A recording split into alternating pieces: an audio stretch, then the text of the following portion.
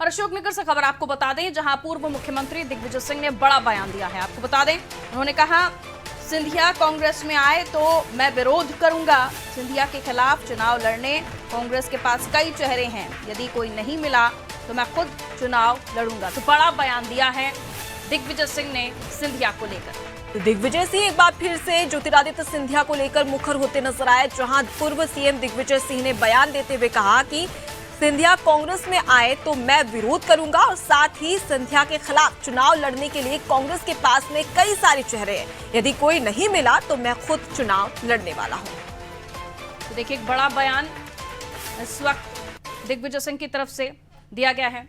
अमूमन ये होता था कि दिग्विजय सिंह और सिंधिया एक दूसरे का सीधा नाम लेकर कटाक्ष नहीं करते थे, लेकिन कुछ समय से हम राजनीति में ये भी एक पहलू देख रहे हैं कि अब सीधा टारगेट एक दूसरे को किया जा रहा है। सिंधिया इससे पहले जब गुना से चुनाव लड़े थे तो केपी यादव से हार गए थे, लेकिन उस वक्त वो कांग्रेस में थे और अब वो भारतीय जनता पार्टी में हैं।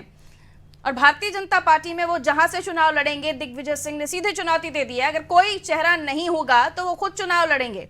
पहला उनका वाक्य कि कई सारे चेहरे हैं जो सिंधिया के खिलाफ चुनाव लड़ सकते हैं, और दूसरा ये उन्होंने कहा है कि अगर कोई नहीं लड़ता है तो मैं खुद चुनाव लड़ूंगा। इससे पहले वो साध्वी प्रज्ञा सिंह से चुनाव हार चुके हैं, इस बात को भी गौर कीजिएगा। क्या कुछ कहा है दिग्विजय सिंह ने, आपको सुनवाते हैं।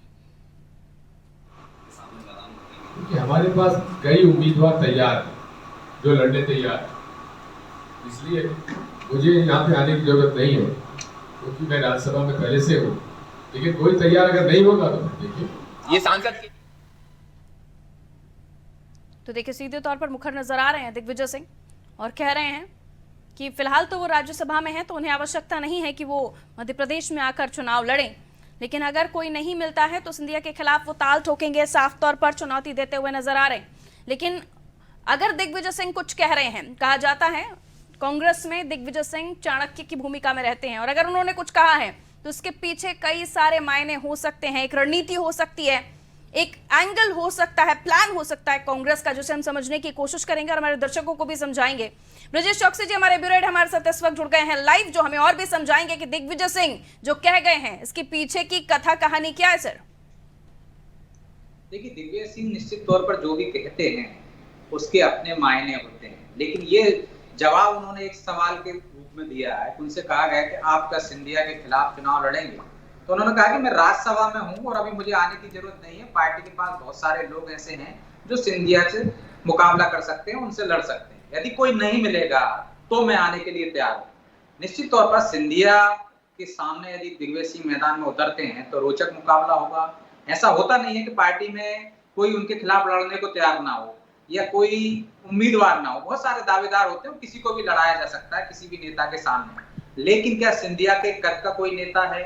निश्चित तौर पर सिंधिया उन छत्रकों में शामिल थे कांग्रेस में जिनकी अब गिनी चुनी 3 की गिनती होती थी, अब 2 बचे हैं, दिग्विजय सिंह और कमलनाथ, जिनको हम छत्रप कह सकते हैं, जो ताकतवर हैं। बाकी के और छोटे भी नेता हैं, चाहे वो अरुण यादव हो, चाहे सुरेश पचौरी हो, चाहे अजय सिंह रावल भैया हो, लेकिन सिंधिया के कद का कौन है? सिंधिया प्रभावशाली वक्ता है, उनका चेहरा आकर्षक है, लोगों में उनकी एक अपील है, वो जो बोलते हैं वो प्रभाव डालती है जनता में। और हमने देखा है कि पिछली बार जिस तरह से उन्होंने कैंपेन की थी कांग्रेस के लिए, उसी का परिणाम था कि 2018 में वो सत्ता में आ गए थे।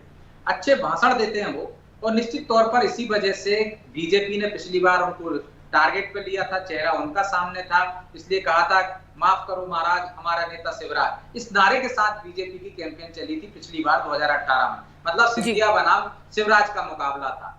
तो अब कांग्रेस के पास वैसा, मुझे तो नहीं लगता है कि वैसा कोई आकर्षक चेहरा आज की तारीख में है, लेकिन ये एक तरह से बचने का तरीका भी होता है कि मैं राज्यसभा में हूं। ये कोई अच्छा सा लिखा नहीं है कि जो राज्यसभा में होता है वो चुनाव नहीं लड़ेगा। हमने देखा है राज्यसभा वाला इस्तीफा देकर चुनाव लड़ लेता है, चुनावी राजनीति में आ जाता है, राज्यसभा में उसकी जगह दूसरा जा सकता है। तो ये कोई पक्का नहीं है कि जो राज्यसभा में होता है वो चुनाव नहीं लड़ता। दिग्विजय सिंह से यदि पार्टी कहेगी तो उनको चुनाव लड़ना पड़ेगा। पिछली बार भी हमने देखा है कमलनाथ ने किस तरह से उनके नाम का ऐलान किया था और भोपाल में उनको चुनाव लड़ना पड़ा था साध्वी प्रज्ञा ठाकुर से, और वो बुरी तरह से पराजित हो गए थे। तो कांग्रेस उन हारी हुई सीटों पर फोकस कर रही है। उन 66 सीटों की जिम्मेदारी खुद दिग्विजय सिंह संभाल रहे हैं, जिन पर लगातार कांग्रेस हारती रही है। उन सीटों को जीतने की रणनीति बना रहे हैं, उसके तहत दौरे कर रहे हैं उन सीटों का, और वहां पे उम्मीदवारों के चयन में भी उनकी बहुत बड़ी भूमिका होगी कि कौन वहां टक्कर दे सकता है, कैसे नेताओं को, कैसे लोगों को वहां उम्मीदवार बनाया जाए, कौन प्रबल दावेदार वहां पे है, किसकी जीतने की क्षमता है। तो ऐसे लोगों को ढूंढने में दिग्विजय सिंह लगे हुए हैं। शायद इसी वजह से जब उनसे ये सवाल किया गया, ऐसा पहली बार नहीं है कि जब उन्होंने कहा हो कि सिंधिया के जाने से कांग्रेस में कोई फर्क नहीं पड़ेगा, उनके जैसे बहुत सारे नेता हमारे पास हैं। ये इसलिए कहा जाता है कि कार्यकर्ताओं में एक जोश भर सके। एक चमकदार चेहरे वाला यदि कोई राजनेता आपकी पार्टी से चला गया तो उस स्थान की पूर्ति के लिए और उससे जो एक निराशा आती है कार्यकर्ताओं में, उसमें जोश भरने के लिए कार्यकर्ताओं को ये कहा जाता है कि हमारे पास बहुत सारे लोग हैं, सिंधिया जैसे, घबराने की जरूरत नहीं है। तो ये एक माइंड गेम भी होता है जो दिग्विजय सिंह बार बार कहते हैं कि सिंधिया के जाने से कोई फर्क नहीं पड़ता। लेकिन हम देख रहे हैं सिंधिया के साथ साथ बहुत सारे लोग चले गए हैं, और कुछ सीटों पे हम ये भी देखते हैं कि वहां पे कार्यकर्ता तक नहीं है, मतलब कार्यकर्ता तक चले गए हैं। तो वहां पे बड़े नेताओं की बड़े लंबे समय से, मतलब कई दशकों से हम देखेंगे कि वो नेता वहां पे कई चुनावी राजनीति सबने 5-5 बार 6-6 बार के विधायक चुने जा चुके हैं। यदि वो वहां चले जाते हैं तो निश्चित तौर पर सेकंड लाइन तो वहां उन्होंने खड़ी होने नहीं दी, और जो खड़ी हुई थी वो भी उनके साथ चली गई। तो एक जो रिक्तता है उसकी भरने की कोशिश दिग्विजय सिंह कर रहे हैं। दिग्विजय सिंह के बेटे जयवर्धन सिंह कर रहे हैं, उन क्षेत्रों का दौरा कर रहे हैं जो सिंधिया के प्रभाव वाले थे। सिंधिया के क्षेत्रों को वो दोनों ही उस छत्रप के रूप में वहां पे जयवर्धन सिंह की तैयारी कर रहे हैं कि उनको वहां पे उनसे मुकाबले के लिए, उनकी जो रिक्तता आई है उससे पूर्ति के लिए जयवर्धन को आगे बढ़ाया जा रहा है। और दिग्विजय सिंह ही वो नेता है जिसके मध्य प्रदेश में तमाम जिलों में, पूरे प्रदेश में उनका जनाधार है, उनके समर्थक है। 10 साल तक वो मुख्यमंत्री रहे हैं, इससे पहले वो प्रदेश अध्यक्ष रहे हैं कांग्रेस के, और लगातार जनसंपर्क में रहते हैं। जबकि बाकी का दूसरा नेता ऐसा कोई नहीं है। चाहे वो हम कमलनाथ की बात करें, वो लगातार प्रदेश अध्यक्ष हैं, इससे पहले 15 माह मुख्यमंत्री भी रहे, नेता प्रतिपक्ष भी रहे, लेकिन पूरे प्रदेश में आज जाकर उनकी पहचान बनी है। जिससे पहले वो एक क्षेत्रीय छत्रप के नेता के रूप में थे, लेकिन आज भी जो पहचान और जो परख कार्यकर्ताओं में जो पहचान है, जो पैठ है, वो दिग्विजय सिंह में कमलनाथ से बेहतर है। जी ब्रजेश जी, अगर हम निकाय चुनाव की बात कर ले तो हाल ही में निकाय चुनाव मध्य प्रदेश में हुए थे और ग्वालियर गढ़ कहा जाता है सिंधिया का, लेकिन उसके बावजूद भी वहां पर जीत नहीं मिली थी बीजेपी को। उसको लेकर लगातार कांग्रेस की ओर से भी निशाना साधा जा रहा था।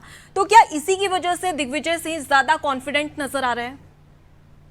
देखिए, जो नगर निगम का जो चुनाव था जिसमें ग्वालियर में हार की बात की जाती है, तो ग्वालियर में जीता कौन है?